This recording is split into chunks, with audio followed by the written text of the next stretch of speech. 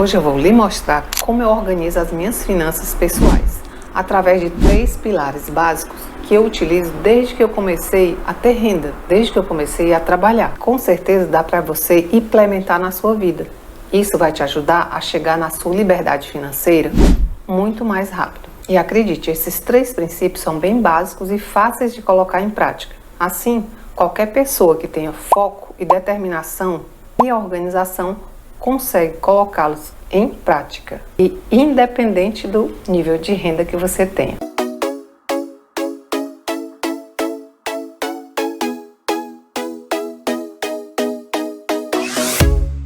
Olá, para quem não me conhece, eu me chamo Edna Câmara, criadora do canal Te Orientes, um espaço onde eu falo sobre educação financeira e investimentos como forma de prosperar na vida. Então, para não perder nada, já pega papel e caneta aí para você anotar tudo que eu vou deixar aqui de dicas bem mastigadinhas para você. E a primeira estratégia que eu utilizo para manter a minha vida financeira organizada e nos trilhos, anota aí, é gastar menos do que eu ganho, criaturas. Mesmo no início da carreira, quando eu ganhava pouco. Veja, foco aqui na primeira premissa é você saber o valor da sua hora de trabalho e assim poder tomar as melhores decisões com o uso do seu dinheiro. Te garanto que isso vai te dar choque de realidade. Preste atenção. Digamos que você é um CLT.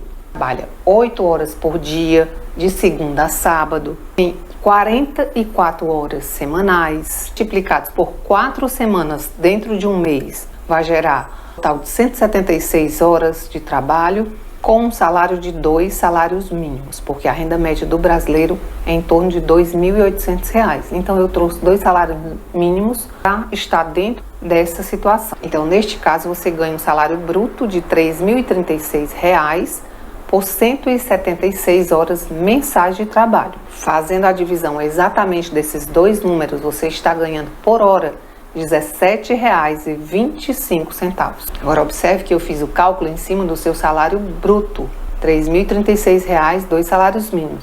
Mas, na realidade, não é assim. Você deve fazer essa conta sobre o salário líquido, após retirar dos impostos. E em cima da quantidade de horas semanais e mensais que a sua jornada de trabalho te exige, tá bom? Porque ao considerar esta realidade, uma pessoa que trabalha 176 horas por mês, ganhando 2 salários mínimos, no caso, nós vamos dividir agora corretamente. Porque após a retirada do valor do ISS do seu salário pelo governo lá para a sua aposentadoria, o seu salário real vai ser na realidade em torno de R$ 2.778, não é mesmo? Que ao dividir por 176 horas mês, você vai ter uma hora de trabalho líquida de R$ 15,78 e não R$ 17,25. E aqui nós contabilizamos somente as horas brutas de trabalho. Como assim? Porque se você for contabilizar a hora que você fica no trânsito para chegar todo dia e para sair e chegar em casa de volta, então vou acrescer aqui 1 hora a mais por dia. Digamos que você mora perto e você só leva 30 minutos para chegar à empresa e para voltar para casa da mesma forma. Então eu vou acrescer 1 hora diária nas suas 8 horas de trabalho rotineiras durante o dia. Vamos acrescer então 1 hora que vai gerar 9 horas, que multiplicado por 5 dias na semana mais o sábado, vai lhe gerar no final do mês um volume de horas versus trabalho de 200 horas mensais e não 176, contabilizando apenas 8 horas. Por quê? A gente está contabilizando 1 hora a mais, que é a hora que você fica no trânsito, e isso engloba não o seu trabalho em si, mas o foco, né, de você estar indo para lá ou voltando para casa. Então vamos deixar em 9 horas dia, 200 horas mês. Neste caso, ao dividir o seu salário líquido, que é 2.778, por 200 horas mês, você na realidade vai ter o valor de 1 hora de trabalho de exatamente R$ 13,89. Então, gente, diante dessa constatação, lá atrás, o que eu faria com o meu salário? Ia gastar com supérfluo? De jeito nenhum. Eu costumava gastar o mínimo com supérfluo, porque eu calculava esse valor da minha hora de trabalho. Eu simplesmente fazia contas toda hora que eu tinha uma necessidade de comprar algo ou que eu tinha uma vontade. Porque se eu ficar sonhando com roupas caras, sapato, bolsas, alimentação fora de casa, esses R$14 por hora não me sobrariam nada, eu ainda ia me endividar. Porque são gastos não essenciais e muitas vezes recorrentes, como a alimentação fora de casa. E sem olhar para a relação custo da hora de trabalho, custo daquele item, inclusive um item que poderia ser supérfluo, eu usaria muito mal e facilmente acabaria o meu salário. Porque veja, se você recebe seu salário e vai jantar fora no primeiro final de semana do mês e gasta ali R$100 com aquele jantar, você sabe quantas horas você teve que trabalhar para possibilitar aquele lazer para você? Quase um dia inteiro de trabalho seu para custear um jantar. Se eu jantasse todo final de semana, os 4 finais de semana do mês, o que aconteceria? Seria R$400 a menos na minha conta. Esse gasto recorrente, ele se torna muito relevante numa relação hora-trabalho, como a gente está falando aqui, como a gente está trazendo em exemplo aqui, que é de R$14.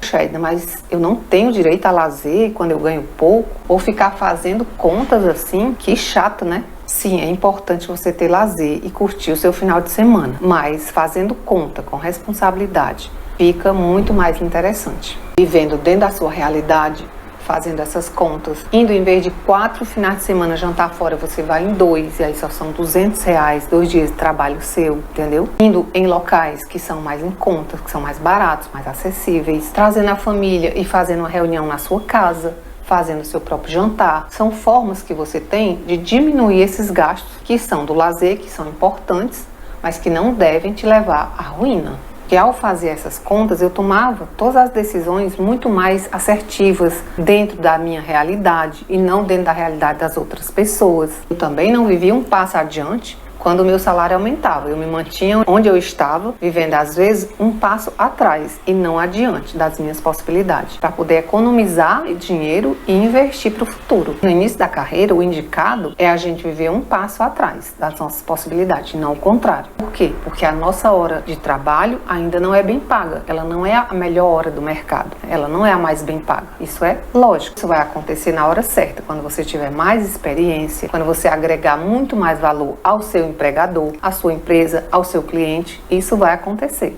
Regina, quanto é que seria uma relação de hora-trabalho mais interessante? Gente, a partir de R$35 a R$40, essa hora-trabalho para cá, para a nossa realidade, já é uma hora-salário muito interessante. O importante é que cada vez que você vai adquirir alguma coisa, você faça essa conta, para saber quantas horas de trabalho você está investindo naquele item. Um celular da moda, já pensou quanto é que ele vai lhe custar em horas de trabalho? Deixa aí para você refletir. Percebe como essas contas deixam a gente muito mais consciente na hora das compras por impulso? Pois é. E agora uma dica prática. Faça balanço das suas compras no final de semana. No final do final de semana. Para você checar quanto você gastou dentro daquele final de semana. Porque por acaso, se você tiver gasto mais do que o que deveria, você vai apertar o cerco no próximo final de semana. É o caso de você nem sair. Entendeu? E assim, antes de se endividar, gastando demais nos finais de semana, que é quando a gente mais gasta, você controla e ajusta o teu orçamento. Aí gastei muito no primeiro final de semana do mês, vai controlando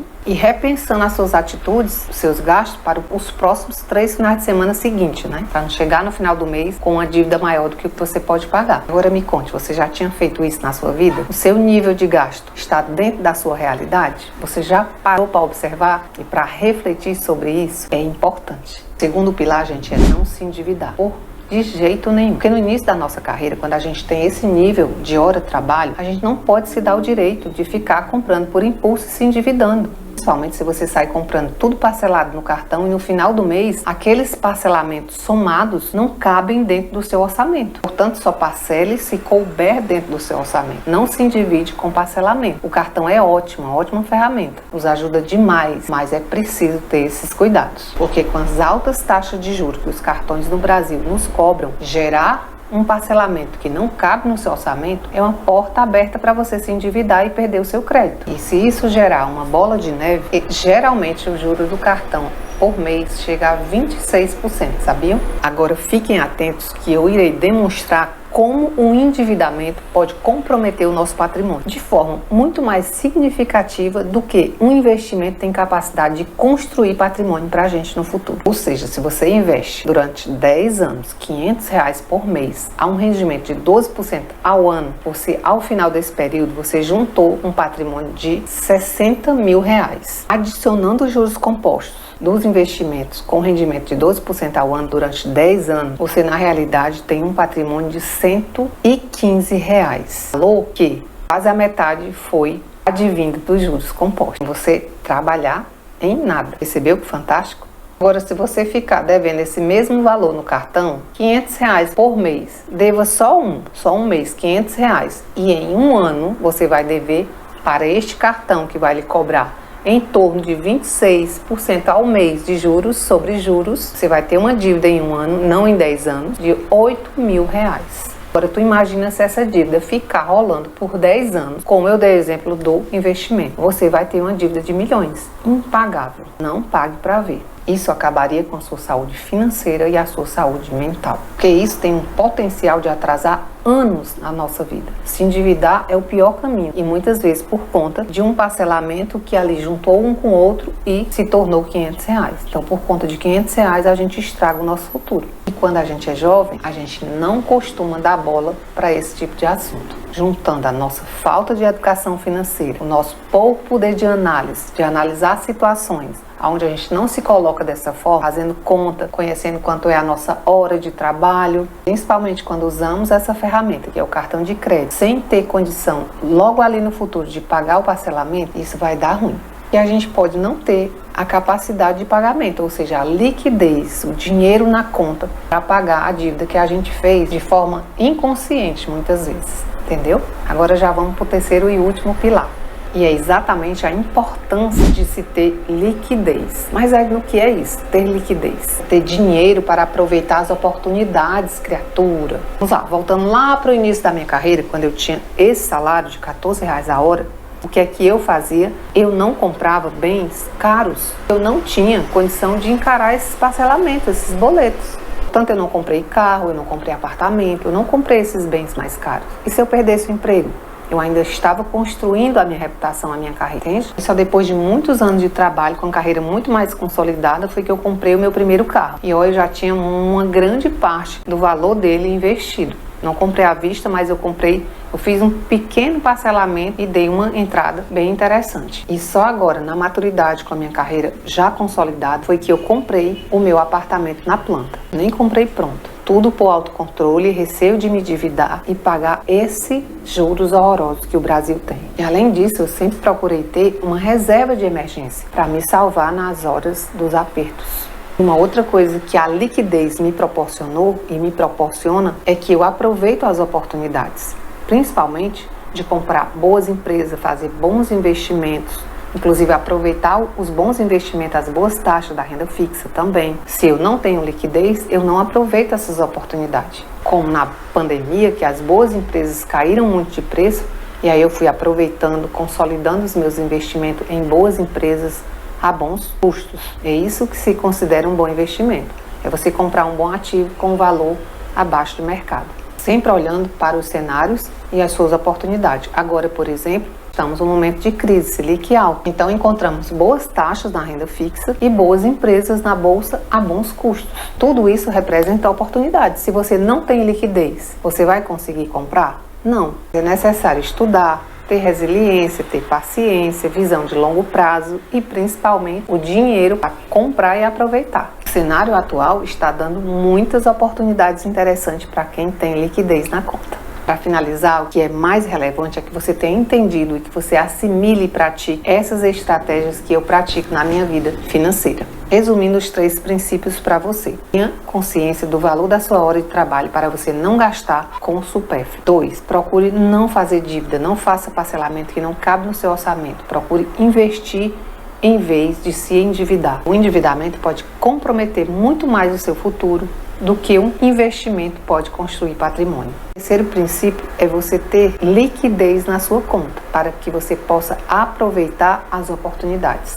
Se você, assim como eu, planeja o seu orçamento com cuidado para sobrar dinheiro ali para todo mês você investir para o seu eu do futuro, deixa seu like e se inscreve no canal, porque todo sábado eu estou aqui trazendo uma pesquisa, um assunto novo para motivar vocês a gastar melhor o dinheiro de vocês e também a começar a jornada de investidor. Se você também caiu de paraquedas e gosta desse assunto, então eu também te convido a se inscrever no canal e fazer parte da nossa comunidade do Te Oriente.